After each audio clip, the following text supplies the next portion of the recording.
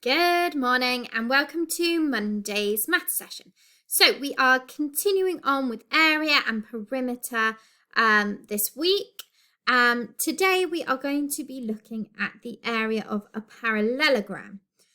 Before we do that, there's a little starter on the screen which sort of recaps everything that we've done. So can you find just the area of these three shapes that are on the screen? So pause the video, have a go, and then come back when you are ready.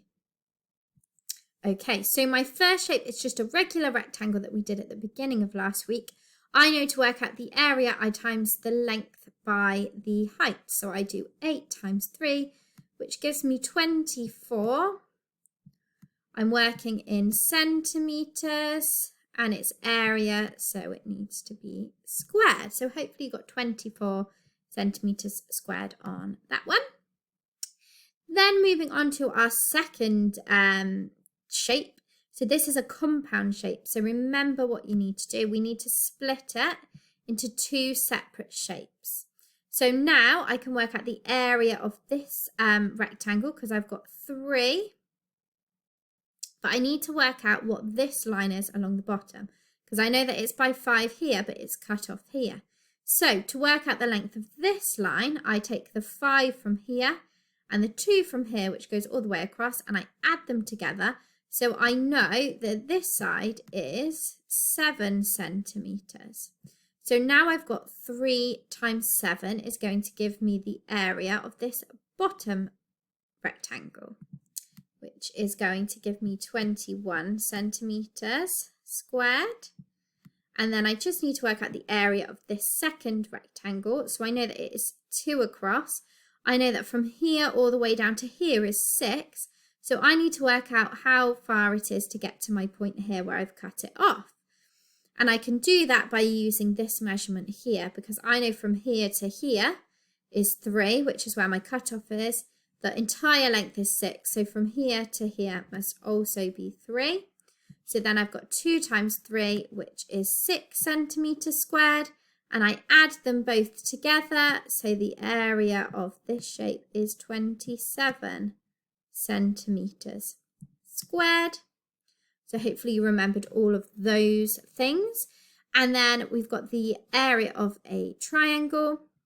Remember, the area of a triangle is base times height, and then you half it.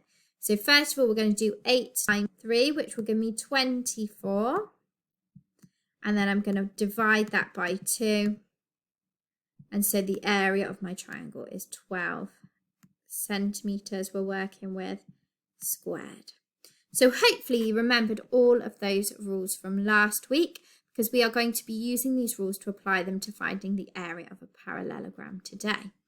So first of all, what is a parallelogram? So have a think, have a research. If you're not sure what a parallelogram is, ask someone at home. We have done our shapes in school, so hopefully you remember what a parallelogram is. So pause the video and have a think what a parallelogram is.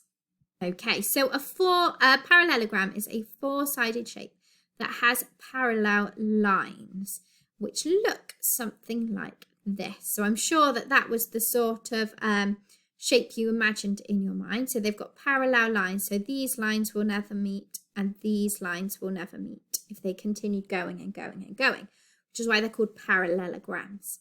So on the screen, I've got a parallelogram, and it is on a grid where each square is 1 centimetre squared to help you out. So you don't need to measure anything. So if I went 3 squares across, that would be 3 centimetres.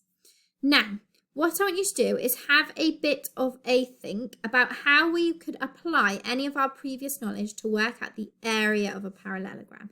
So what shapes are they? Is it similar to? What things can you spot that you might be able to do? So pause the video and have a think. Okay, so there are 2 different ways that you can find the area of a parallelogram. Method 1 is called the cut and move, and this is something that is easily done if you have got a parallelogram on squared paper where the squares are a certain length.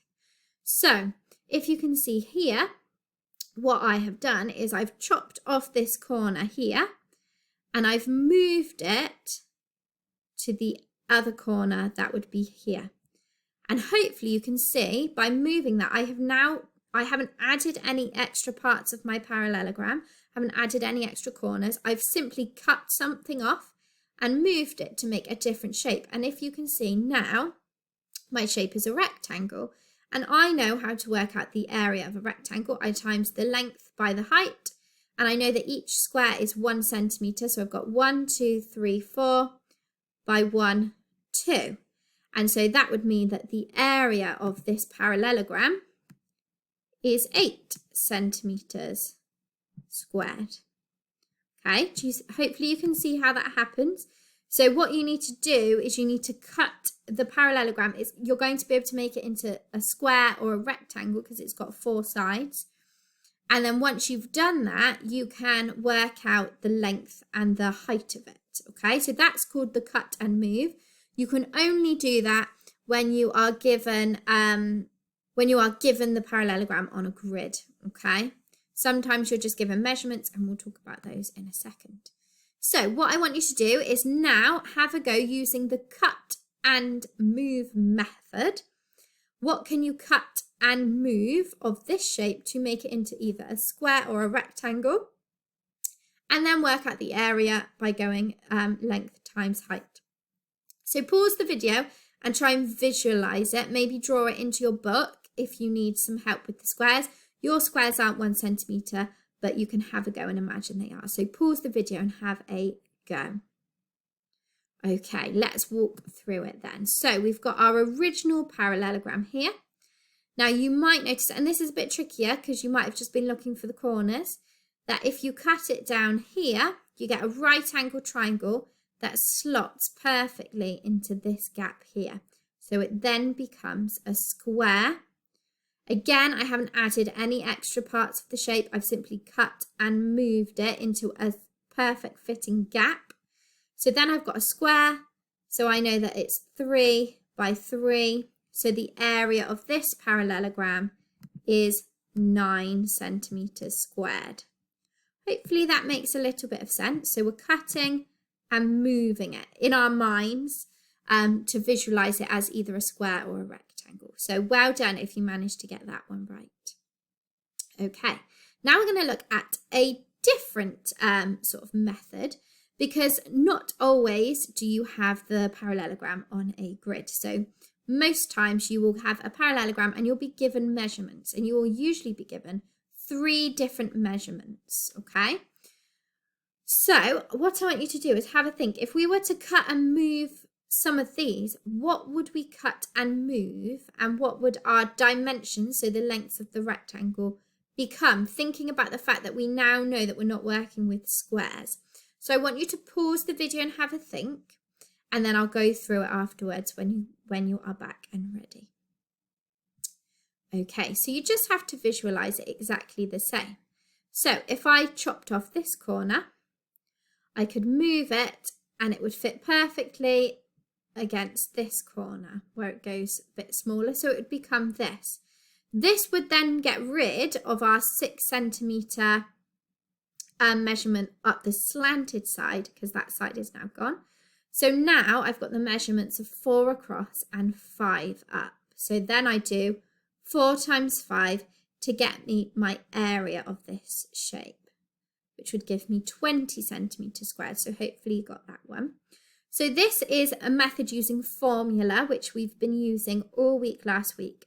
So to work out the area of a parallelogram, you times the base by the perpendicular height. Now we talked about parallel lines. Parallel lines are lines that don't meet. Perpendicular lines are 2 lines that meet at a right angle. So if you have a look, so we've got 3 measurements here. Now this isn't a perpendicular line because it doesn't meet our blue line at a right angle. It meets it at a slanted angle. So if we didn't do the cut and remove method, we would have been able to look and think that's not a perpendicular line, so the 6 is irrelevant. The 5 meets the 4 at a right angle, so these must be our 2 measurements that we are looking at. So when you have got a parallelogram and you've got the 3 measurements, you are looking for the 2 lines that are perpendicular, so that meet at a right angle. And those are the two lines you multiply together to get the area of a parallelogram. Okay, and it's as easy as that. It's just something you need to remember. So let's have a look at one then. So here I have got 3 different coloured arrows, but they've got no measurements on them. Now I want you to think about which arrow is the base and which is the perpendicular height, remembering that they have to meet at a right angle to be perpendicular, and the base and the perpendicular height is the 2 lines you multiply together. So what colours are those? So pause the video and have a think about it. Think a little bit harder, don't just randomly guess. Think what lines meet at a right angle, and then come back when you're ready. Okay, hopefully you weren't tricked by this, because just looking at the shape, you probably thought that the green arrow was the base because it's on the bottom.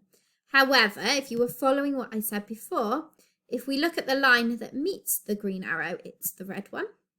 And this is not a right angle. So this cannot be the base, which means the base is our red line because it meets our blue line at a right angle. So basically, when you're looking for the formula, you are looking at all the measurements, all the sides that you're given, and you're looking at the 2 that meet at a right angle, wherever they may be on the shape. Okay, so the base isn't always at the bottom. The perpendicular height isn't always through the middle, okay? But you're looking for the 2 lines that meet at a right angle, and you're multiplying them together. So let's have a look and a go at some for yourselves. Now this one is really easy because I've just given you the 2 measurements, okay? So you just multiply those 2. The second one, you've got your 3 measurements, and you need to figure out which of the measurements meet or would meet at a right angle, and you're timesing them together. So pause the video and have a go. Okay, so this one, easy peasy. We've got the 6 here. It meets the middle line at a right angle, and they're also the only measurements that we've got. So we know that it is 6 times 7. So that area is 42 centimetres squared. Now on the second shape, we have got our 3 measurements, but again, you want to find the right angle. Now the 6 and the 3 line are meeting together. However, they are not at a right angle. Now this is a bit of a trick one, because if I continue to follow this 3 centimetre line all the way along, then it will meet this line at a right angle. This is a right angle. However, it's a bit of a trick one, which is why it's in there, because it doesn't actually touch the 3 centimetre one because it's all the way along here. But usually it would be, so the ones that we've looked at already, it was in the middle, but this is here. So this is saying the perpendicular height from here to here is 5 centimetres. So you should have done 3 times 5 and hopefully not fallen for the trap. So the area of this one is 15 centimetres squared. So the only rule to remember with parallelograms is find the 2 lines, the 2 measurements that meet or would meet at a right angle, and you times those together. If it's on squared centimetre paper, you can do the cut and move method. So final thing before you go onto your sheet is this little challenge question there. Here, so it tells us that the area of the parallelogram is 24 centimetres squared, but it's asking you what the length of x is. So the x is here. We know this is 3 centimetres. This must be the base. It meets this line at a right angle. So what would x be? So pause the video and have a go. It's not too tricky if you think about it, and then come back when you're ready.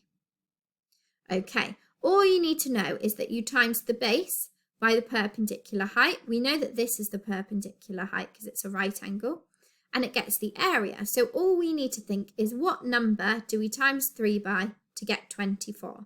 And hopefully you got the answer 8, because 3 times 8 gives us 24. So this line must be 8 centimetres long. Okay, and that is where we're going to leave it today. So you are ready to move on and have a go at the sheets. Now, this is a bit tricky to get your heads around. So if you were struggling during this input and you need a little bit of help, then maybe I would go for the easier sheet out of the ones that are on the website. And if you find that one's too easy, then you can always move up.